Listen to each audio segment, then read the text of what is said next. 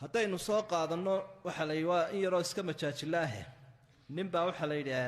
reer magaal buu ahaayoo qurbo joog ah markaa wuxuu ku weynaaday doobnimadiibuu ku weynaaday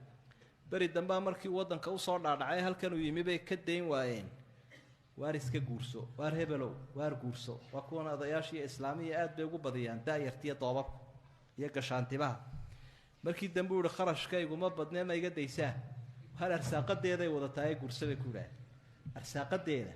ayay wadataaye iska guurso cishadii dambuu guursadayoo 7 cisho ayaa cisho walba biilkuu miiska saaraa oo uu keenaa markay 7 baxeen baa wuxuu ihi heblaayo adiga arsaaqadaadii meeday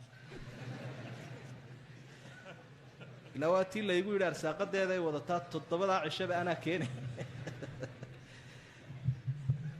adiga arsaaqadaadii horta xaggay jirtaa